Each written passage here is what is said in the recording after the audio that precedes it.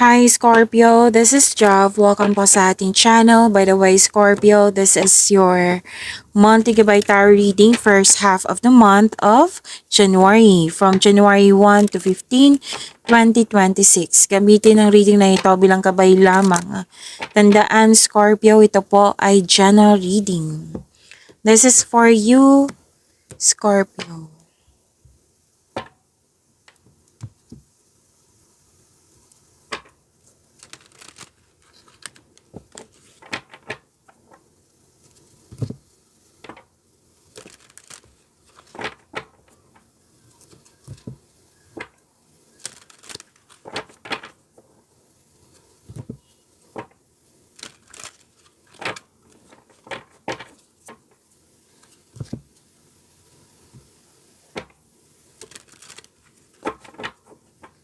Para po ito sa iyo, Scorpio, ngayong January 1 to 15, 2026.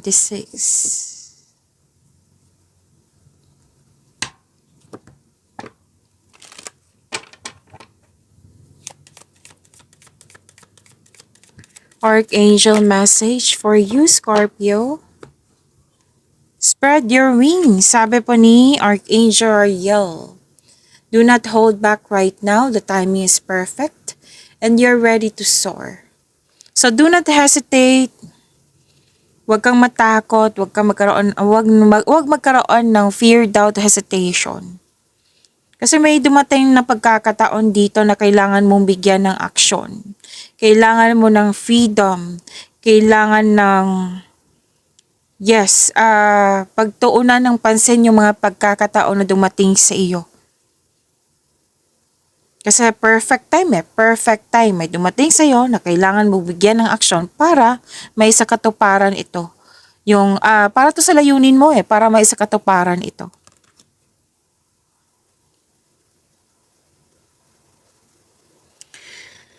At yes, may perfect time, may destiny na mangyayari, naka-destiny sa iyo na mangyayari. So prepare yourself at i-release mo yung mga i-release mo yung negative thoughts, palitan mo ng positive thoughts, okay? Freedom, recovery. Yes. Spread your wings. Do not hold back. Huwag mong hayaan na makontrol ka ng past mo. Okay? Mag-focus ka sa present para may makuha tayong positive outcome sa future. Yeah. So, sabi yan ni Archangel Ariel.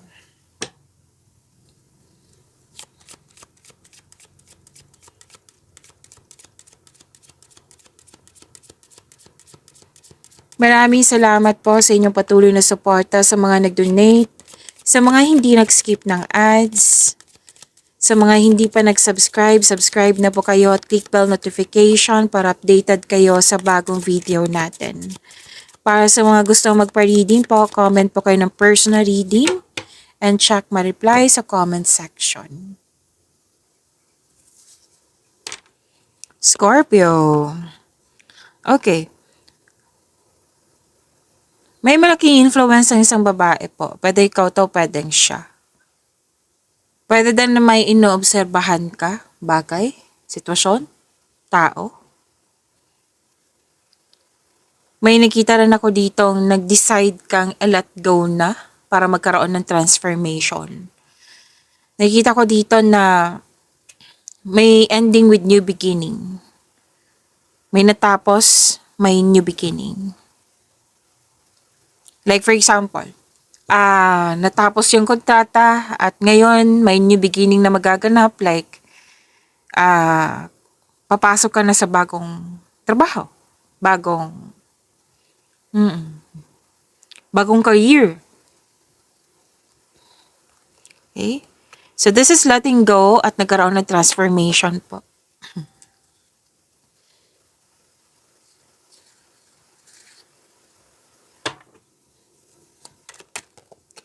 Okay?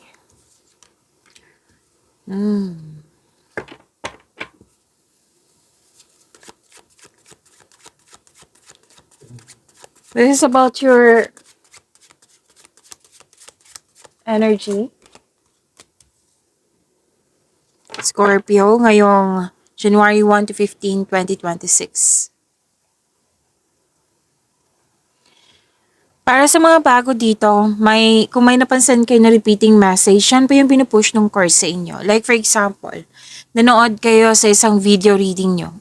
Sa monthly, weekly, daily, first half, second half, 2026 nyo, dito po, at may napansin kayo na repeating message. Yan po yung pinupush ng course sa inyo na kailangan nyo bigyan ng atensyon, solusyon at aksyon kung maaari po. So na yung energy ni Scorpio. Ngayong January 1 to 15, 2026.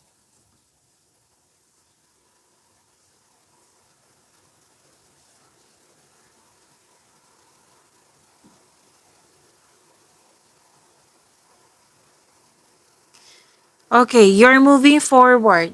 Puro moving forward, letting go. Which is lumabas dito sa sinabi ni Archangel Ariel. Yung it's about the time. Okay? May perfect time. At saka dito, yung sinabi dito na letting go, magkakaroon ng transformation. At dito din, sa energy mo, lumabas. Sa tatlong card na nagsabi niyan.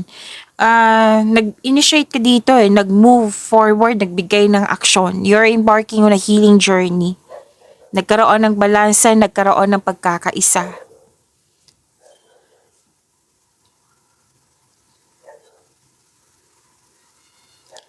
Paglalakbay, paglilipat, pwedeng may invitation na kailangan pumunta. Relocation, travel sa ibang lugar, lipat ng gamit, lipat ng tao, lipat lokasyon, lipat bahay.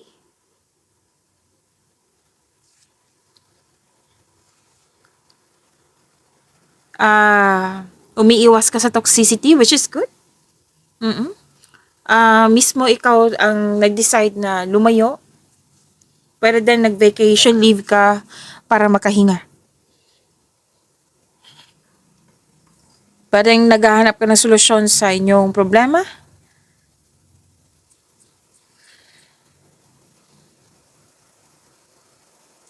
May nakita ko ditong nagpasya na mag-live-in or maglipat bahay nga para bumuo ng pamilya. Pwede din na change career ito, Scorpio. Oh wow, may parating na malaking pera Magkakaroon po ng financial stability.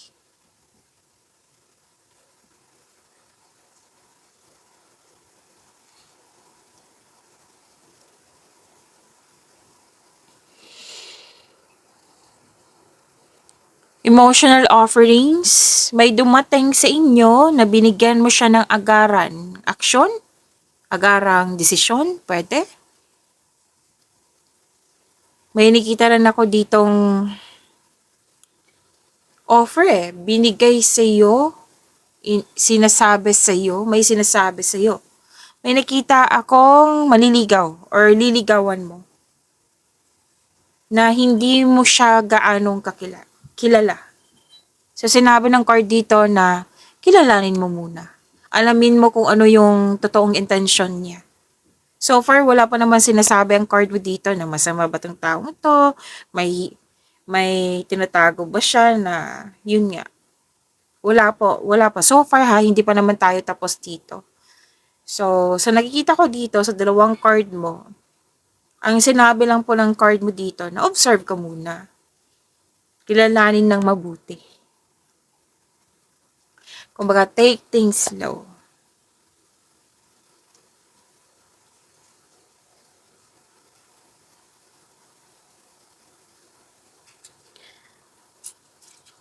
May nakita rin ako dito sa mga marelasyon to. Pwede din sa buhay mag-asawa po. Na may pangyayaring aminan posibleng proposal ito. Like for example,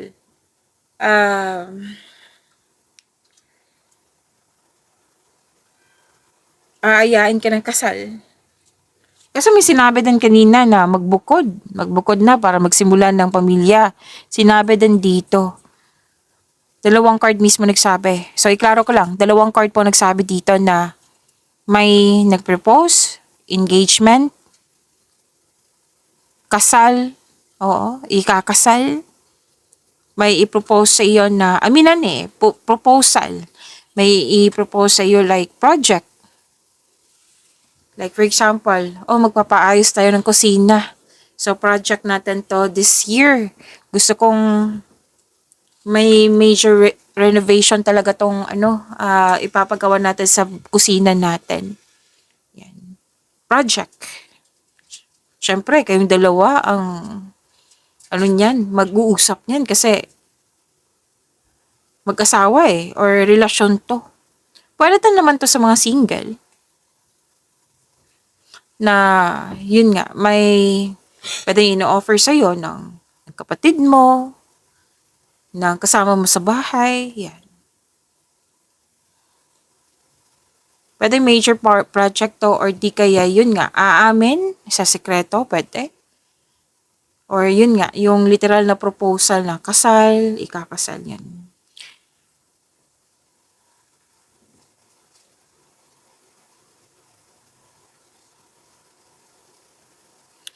May parating na offer new opportunity or project na very excited ka. Ang iyong boss or amo ay nag-offer sa iyo ng much needed support. Pwede din po pagtaas ng kita to, sweldo, allowance. Yes po. I consider this is promotion. May araw na magkaroon ng stagnation. Ang sabi ng card dito, isipin niyo po yung inspiration niyo para ma-enjoy mo yung mga ginagawa mo dyan. Makaka-receive po kayo ng magandang balita. May nakita rin ako dito nag-healthy living na. Like for example, mag-gym na. Or magbabawas na ng matamis. Yung wow. So this is healthy living.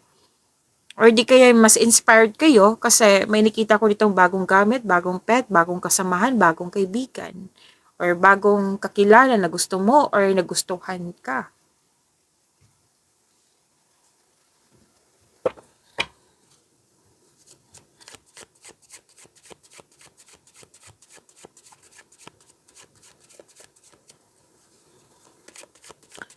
Career and money po ni Scorpio ngayong January 1 to 15, 2026.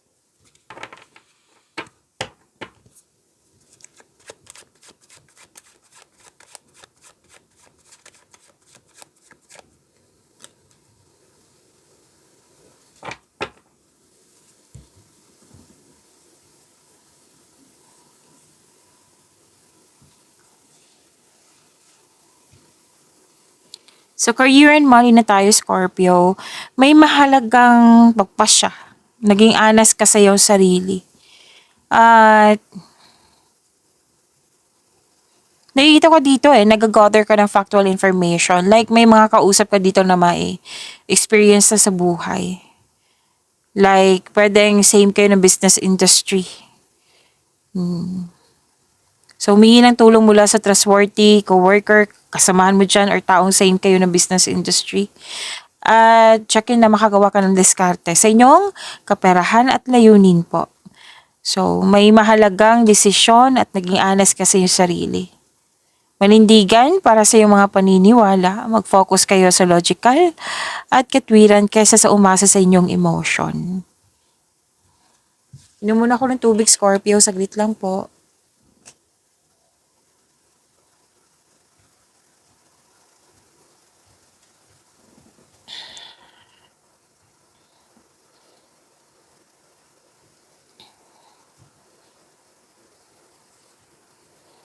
Andito pa rin yung ending with new beginnings. Ano to bumangon ka like the rising phoenix na mas naging matatag, naging matapang. Like, ano to natanggap mo na yung mga nangyari sa nakaraan at may natutunan ka sa mga nakaraan.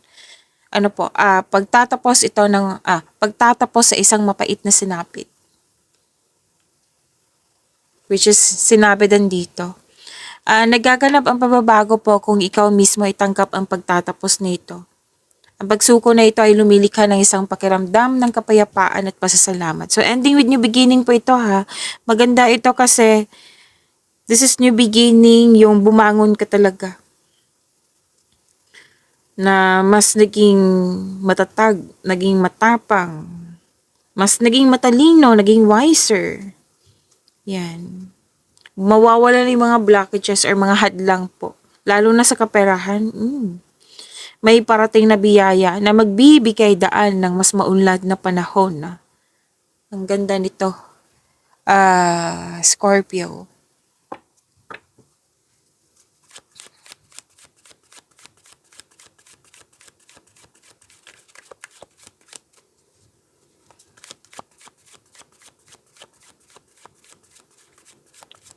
Love life, self-love, partnership, and romance ni Scorpio po on January 1 to 15, 2026.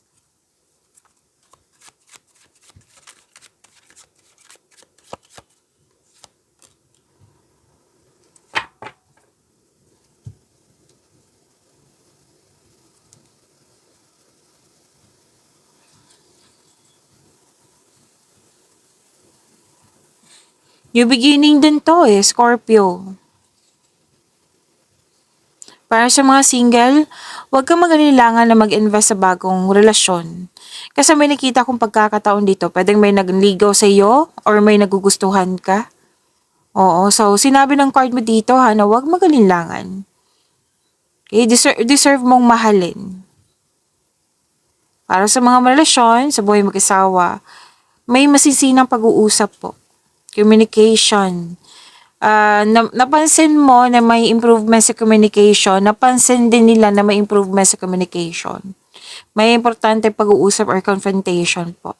Marami ka kasing ideas, It might be, nagdi-discuss kayo dyan, like yung magpapaayos kayo ng bahay. Basta may inaayos kayo na marami kayong ideas. Tapos, itong pinag-usapan nyo, this is new beginning para sa new beginning sa inyong buhay.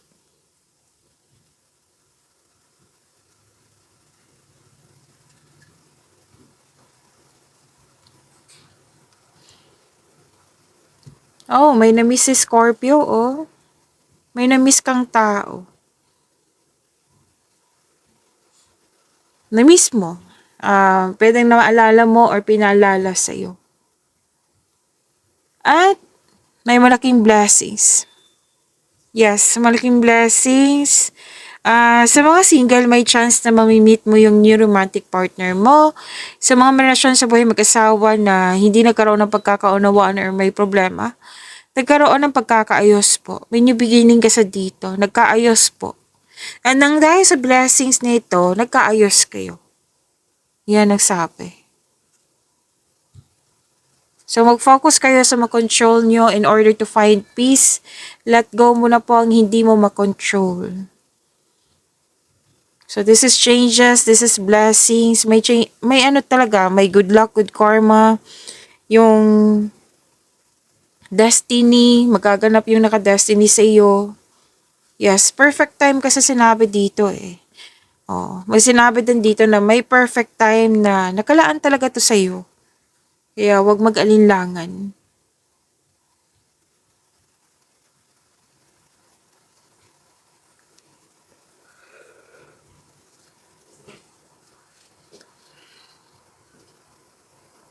Okay, sabay-sabay kayo nagtayo ng trust and stability. Ayaw nyo ng away. So you need to take things slow if you want the relationship to last. Yes.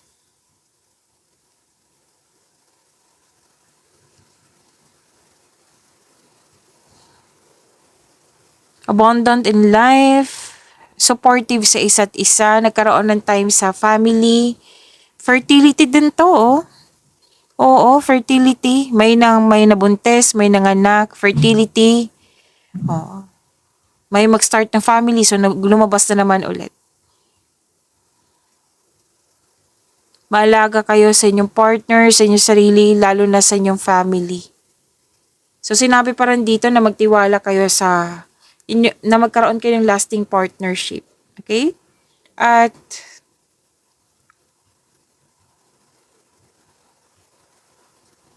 may importanteng desisyon pa rin. Excitement kasi may travel.